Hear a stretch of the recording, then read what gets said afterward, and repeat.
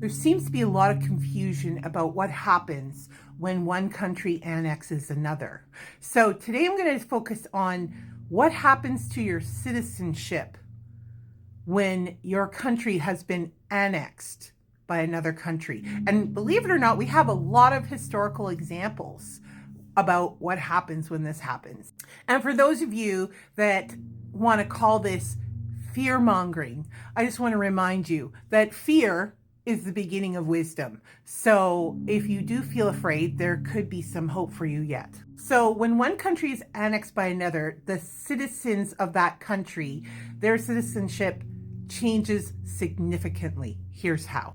So citizenship is not automatically granted. If another country annexed Canada, we would not automatically become citizens of that country. We would most likely become subjects of the annexing country, and our rights would be severely limited.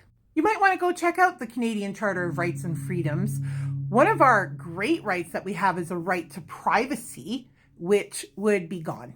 That's not a right that the annexing country has for their citizens. Even their citizens don't have a right to privacy like we do. We have lots of rights. We have a right to be in a safe environment. We have rights for medical care. Those rights aren't acknowledged in other countries, just so you know. That's a special right only for Canadian citizens. Individuals may lose civil rights previously granted in the original country. Property rights, voting rights, and freedom of expression rights may be severely restricted or revoked altogether. The annexing country may offer citizenship conditionally. This will be based on ethnicity, political loyalty, or ideological alignment. So if you don't line up with their ideologies, you're probably not going to get citizenship from the annexing country. And if you oppose it, you may be subject to severe persecution or displacement, which means you get yeeted out of your country, maybe to a nice little prison in Venezuela, which are really not that nice. So historical example of this is the Anschluss, the annexation of Austria by Yahtzee Germany. Good times. So the Austrians became German nationals by force. However, citizenship was conditional on political alignment and racial or ethnic background. So if you were Jewish Austrian or a political dissident, you forced immediate loss of civil rights, persecution, exile, or worse. So we all know most of us know what the worst was. You can also become stateless, which is not as fun as it seems. It's actually not fun at all. Individuals who refuse to accept the imposed citizenship or do not meet imposed criteria become stateless and lose international legal protections. You become a non-citizen. And I don't think people understand what it means to be a non-citizen of any country. To be stateless means you have zero rights or protections anywhere for any reason. And of course, if you're not a citizen, you can't own property. I don't think people understand this, right? Especially for the one special province where there seems to be a bunch of people that think that they want to become a 51st state. Those people don't understand that all the property they own will now become property of their annexing government.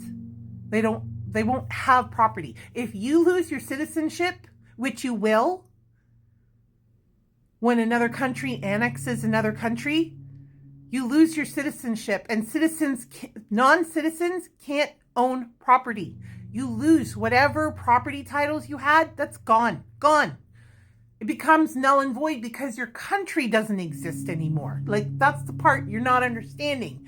When your country is what has allowed you to have the things that you have, your property, your rights. That is what your country does for you. It allows you to have rights, protections, and own property. If you are no longer a citizen, and your country doesn't exist, all those things that were in place to give you your property no longer exist and can be appropriated.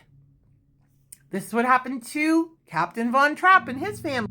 After the Anschluss, which was the annexation of Austria by Nazi Germany in 1938, the von Trapp's family property underwent significant changes. Their villa in Salzburg, known as Villa Trapp, that's a snatch name for a villa, was appropriated by the Nazi regime. And during this time period, Heinrich Himmler himself, the Reichsführer of the SS and the chief of the German police, took residence in the villa. It was also alleged that Himmler converted the house chapel into a beer hall. Although the original building plans do not indicate any presence of a chapel. That's a dirty, nasty rumor about Heinrich Himmler. Can you imagine someone spreading rumors about that guy? But that's to make a point. They owned a villa. A villa. How many of you own villas in Salzburg? You gotta have some money. Even in 1938, you had to have some money to own a villa. And if you don't have villa owning money, what makes you think your little property, your little acreage, your little farm? These were rich people that got displaced. Rich people got affected by this. Yeah, those rich people that you worship so much, they got affected. They got out of Dodge. They left for America, ironically. The implications for Canadians would not automatically become full U.S. citizens. Citizenship might be conditional, requiring loyalty or specific criteria, like the color of your skin or your nationality. Canadian property could be seized and redistributed under new authorities, and civil liberties would be suspended and drastically altered. That's why I say vote while you still can, because that ability to vote for males and females is at risk if annexation occurs.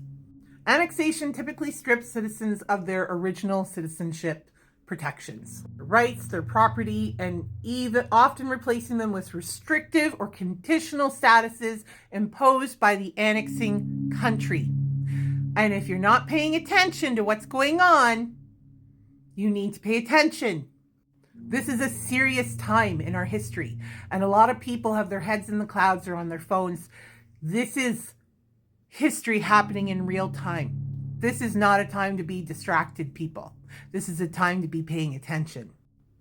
So I'm sure you're asking, when's the last time somebody annexed someone else? Well, in 2014, Russia annexed Crimea. In 2014, Russia annexed Crimea from Ukraine. Following this, Russia implemented a policy of passportization, offering Russian passports to Crimean residents. While many accepted Russian citizenship, those who refused faced challenges, including potential statelessness or difficulties in accessing services. The situation illustrates how annexation can lead to forced changes in citizenship status, impacting individuals' rights and national identity. Yeah, it's a real thing. And I know you don't want to accept that that could really happen. I know you have this fantasy that in your fantasy, D-Rump comes out and gives you a big fat hug and says, welcome to the USA and whatever. I don't know. You have some kind of fantasy dream and you think that your pockets will be lined with cash. And in reality, what's going to happen is you're going to lose your shirt. You're going to lose your property. You won't be having citizenship anymore. You might end up in Gitmo, and you're not automatically going to be granted U.S. citizenship. So that's something to remember when you're voting and when you're talking about becoming a state instead of a province. Have a great day, guys. And I hope that this has been educational. And if not, there's no hope for you.